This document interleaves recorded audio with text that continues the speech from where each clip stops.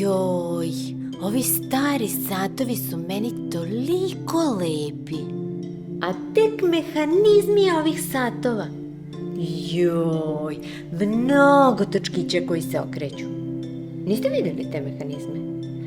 Pa ja jesam, ali jednom sam se krišom uvukao u konzervatorsku radionicu kod Ane i Dragana dok su čistili satove. I bila su otvorena vratanca koja skrivaju mehanizam sata. Mislim, znam da to nije okej, ali hteo sam samo da proverim da neki mali miševi ne okreću te točkiće i pokreću kazaljke. Nije me niko video. A ni ja nisam video miševe.